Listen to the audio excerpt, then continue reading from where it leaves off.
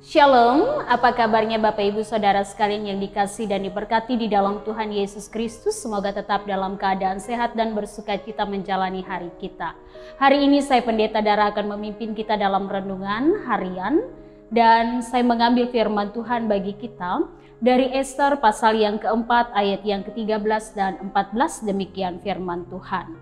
Maka kata Mordekai menyuruh menyampaikan jawab ini kepada Ester, "Jangan kira karena engkau di dalam istana raja, hanya engkau yang akan terluput dari antara semua orang Yahudi. Sebab sekalipun engkau pada saat ini berdiam diri saja, bagi orang Yahudi akan timbul juga pertolongan dan kelepasan dari pihak lain. Dan engkau dengan kaum keluargamu akan binasa.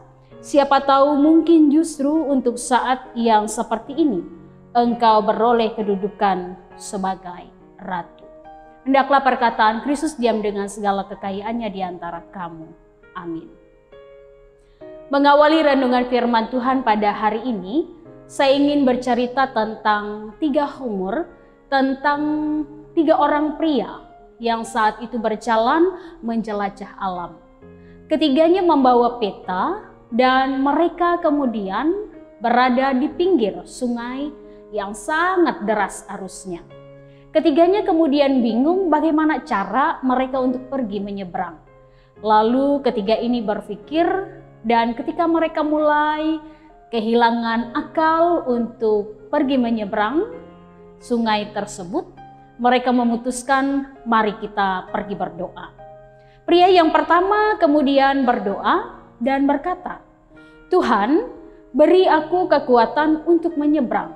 Dan Tuhan menjawab pria pertama ini dengan memberikan kekuatan bagi kaki dan tangan tubuhnya, sehingga ia mampu menyeberang sungai yang deras itu dengan memerlukan waktu 2 jam.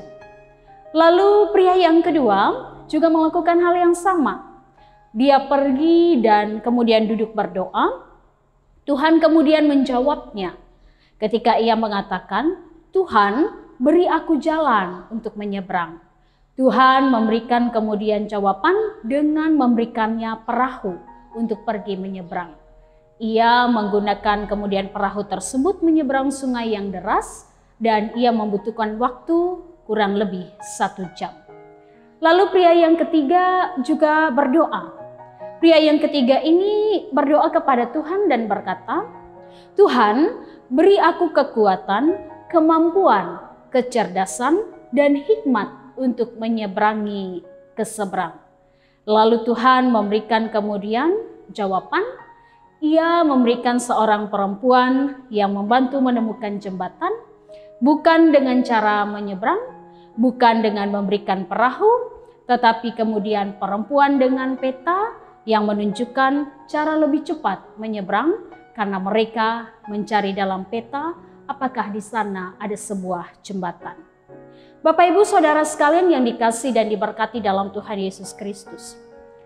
Bagian firman Tuhan yang saya bawakan bagi kita untuk kita renungkan, senada dengan kemudian ilustrasi yang saya ceritakan tentang 3 pria, dan secara khusus berfokus kepada doa dan permintaan, serta jawaban Tuhan kepada permintaan pria yang ketiga, tentang seorang perempuan yang hadir sebagai penolong ketika ia berada dalam kesulitan untuk menyeberang sebuah sungai.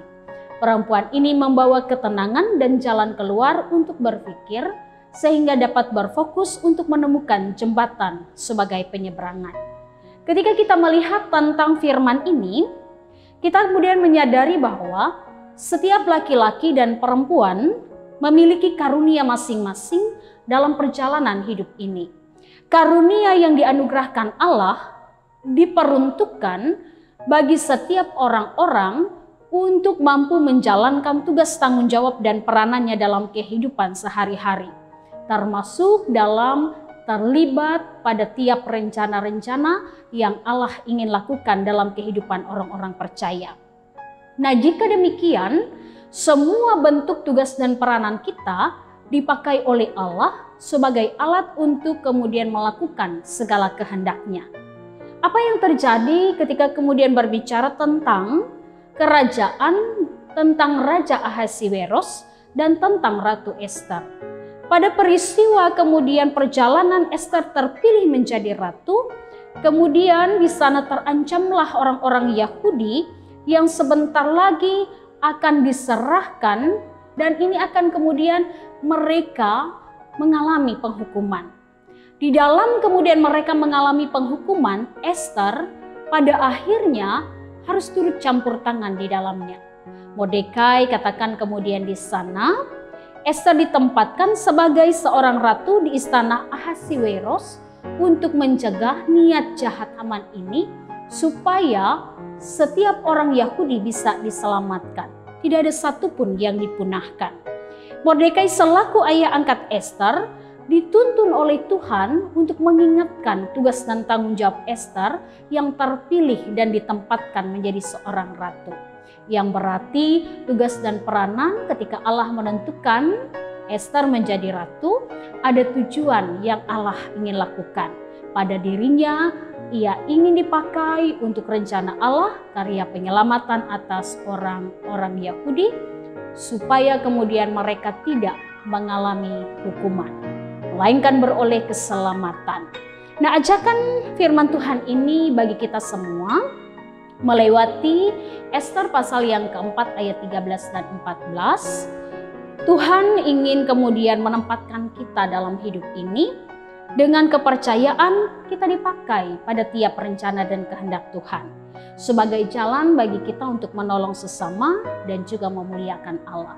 Mari kita mengoptimalkan diri dengan karunia yang kita lakukan dengan hikmat, akal budi dan pengertian, supaya kita mengerti apa yang dikehendaki oleh Tuhan pada tujuan hidup yang Tuhan tentukan.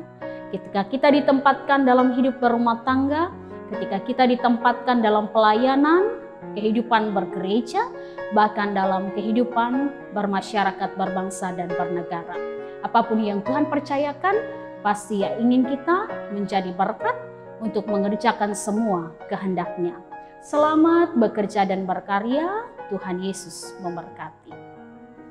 Mari kita berdoa, memohon pertolongan kuasa Roh Kudus. Kami bersyukur ya Tuhan jika pada saat ini kami diperdengarkan oleh tiap sentuhan firman-Mu. Teguhkanlah kami dalam perjalanan hidup agar kami memaknai, ditempatkan dimanapun kami berada, Tuhan menginginkan kami menjadi berkat bagi orang lain, sebagai jalan bagi kami untuk melakukan kehendak Tuhan. Tolonglah kami dan pelengkapilah kami dengan kuasa Roh Kudus, agar bukan kemampuan kami pribadi yang memampukan kami melakukan firman dan melakukan tiap kehendak Tuhan. Terima kasih ya Tuhan, biarlah oleh kebenaran firman yang diperdengarkan bagi kami semakin giat untuk melakukan tiap kehendak Tuhan, melakukan kebajikan sehingga nama Tuhan dipermuliakan.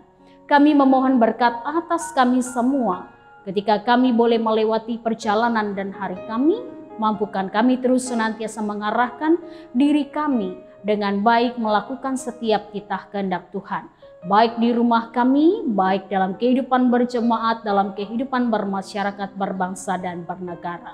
Berkati mereka yang membutuhkan Tuhan, yang sakit, yang saat ini dalam pergumulan, yang berkonflik, yang berbahagia karena menerima berkat-berkat Tuhan.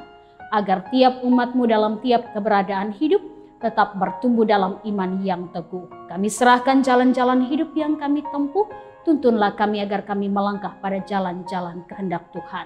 Kami bersyukur dan berdoa di dalam satu nama yang berkuasa, Yesus Kristus, Tuhan dan Juru Selamat kami. Amin.